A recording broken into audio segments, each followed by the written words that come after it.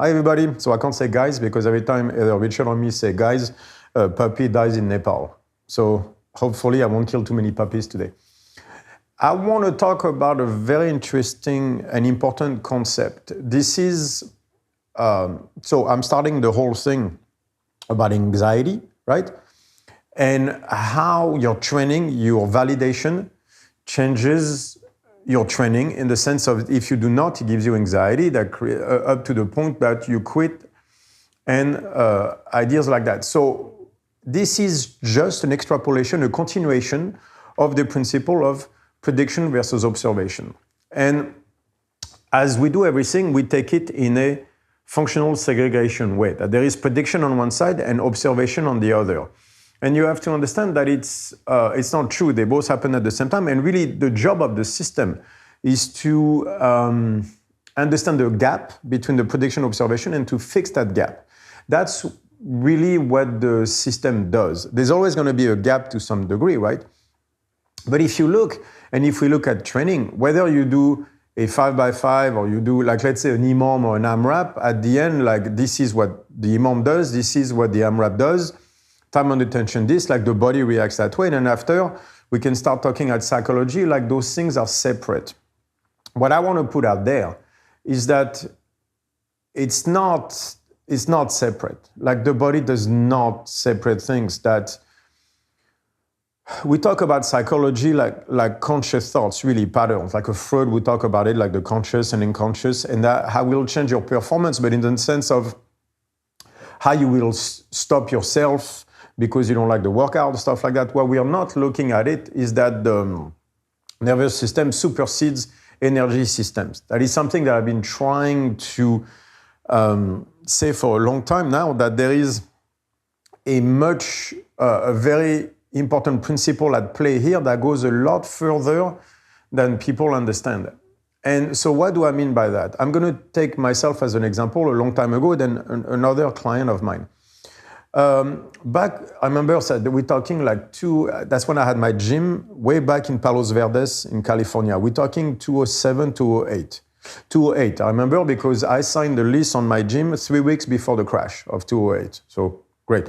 I had to sell my car to be able to pay the rent of the gym, which means I got on a bicycle back and forth from work. And if you know Palos Verdes, there's a hill like this to get up there, which means I lost 20 pounds in the first 2 months.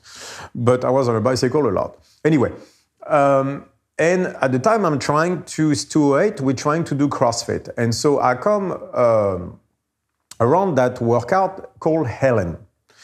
If you guys remember that one, 400-meter run, 21 kettlebell swings, 12 pull-ups. You don't know cardio until you've done Helen.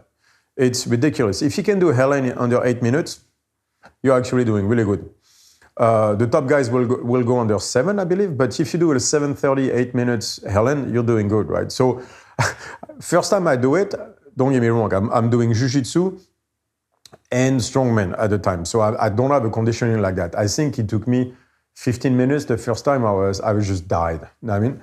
And so I'm like, all right, so let me understand the workout a little bit better. So what I did is I did 3 rounds with round of Cindy, right?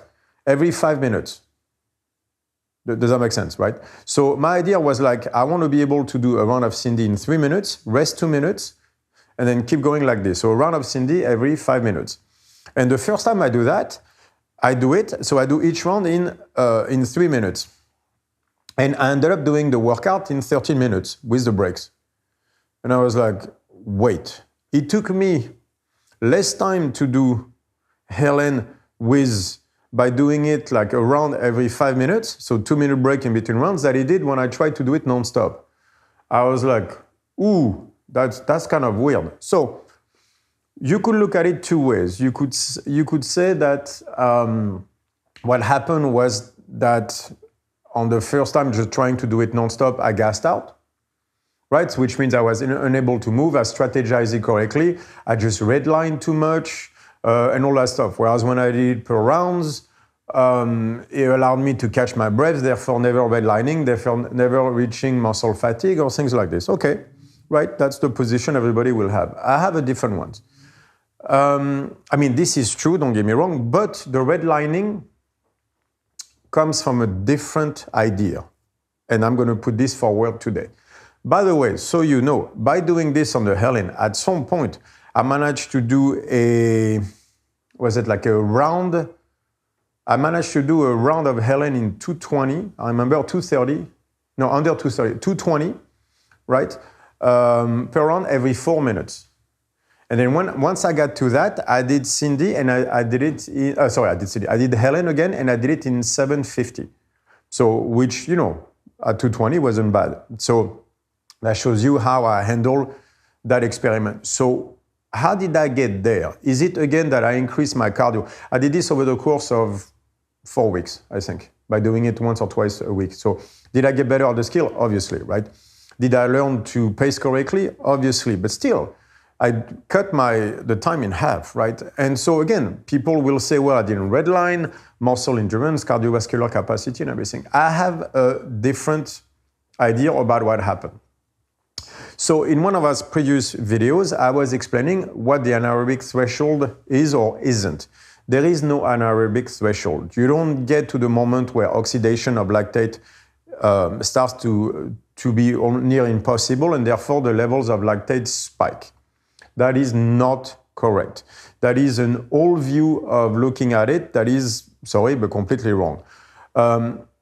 Hyperlactatemia, which means when the lactate raises like that, is not, it's a threshold, but it's not a threshold caused by aerobic deficit. It's none of that. It's a self-defense mechanism. It's a reflex from the body that feels that it's being threatened and therefore pumps massive amount of the fuel lactate in order to fuel the brain, the muscles. It's a flight mechanism almost, is to fuel the body to be able to escape a serious danger.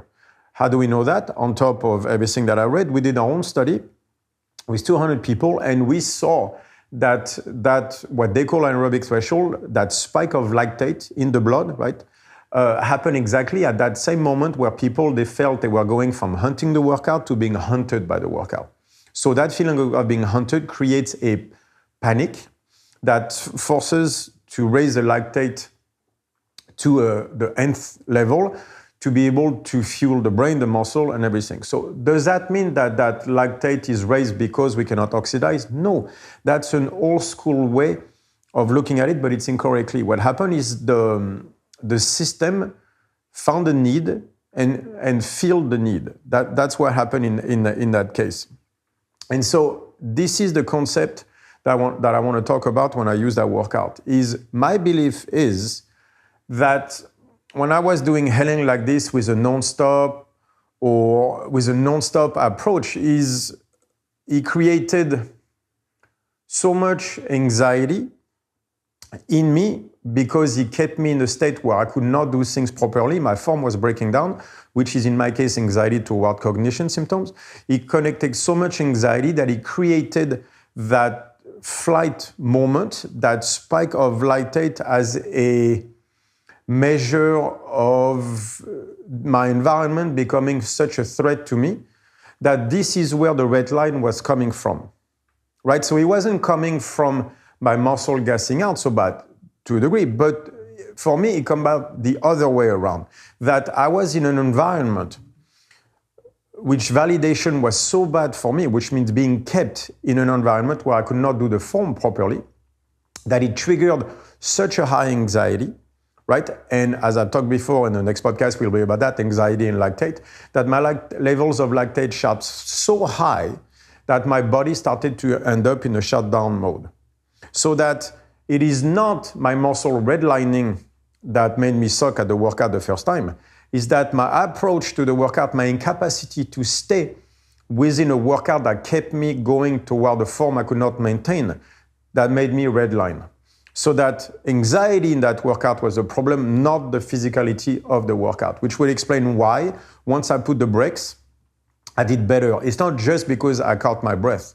It's because I was not freaking out in the workout. Why? Because I did not have to stay in a state where I could not keep the form properly. So this is that idea that I'm going to develop more and more and more. So I know some people of you will not relate to that because you don't have that issue. But that's my point exactly. There are different types of anxiety. There's anxiety toward physical symptoms, toward cognition symptoms, which is mine. It's called anxiety sensitivity.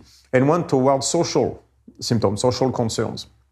And depending on the one you fit in, if anxiety is a problem and not depression, by the way, it will change the validation of your environment. So we're going back to prediction versus observation.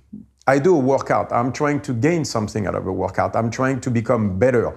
I'm trying to learn something. I have a prediction that my system makes toward that workout. And the prediction being, is going to make me make progress. Progress for me is learning, is doing things well, is getting better, right?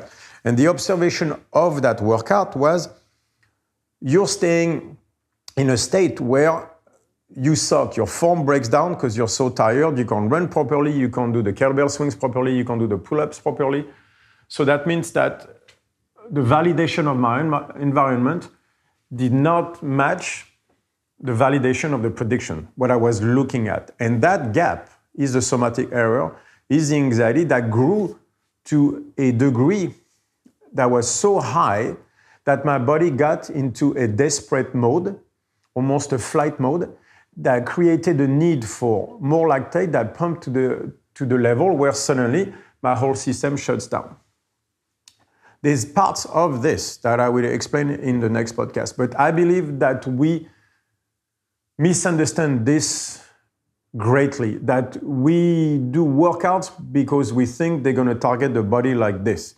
And whereas I believe that the workouts, and it's not psychological, it's a system. Like when we say psychological, we think conscious versus unconscious. I think it goes way further than that.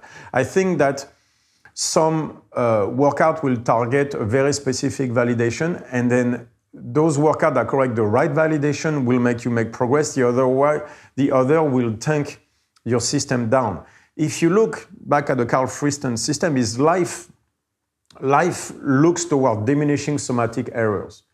So to me, if you take that to our training, that means that any training that increases somatic errors, your body will reject. If it rejects the workout, you cannot make progress out of that. You can a little bit, but that's not the type of fight your body will thrive through. So that means that your workout should diminish somatic error, not increase them, right? So we can talk about the 5x5 versus doing a max set. So the conjugate system versus a 5x5. Is it a physical difference? Or is it a system difference?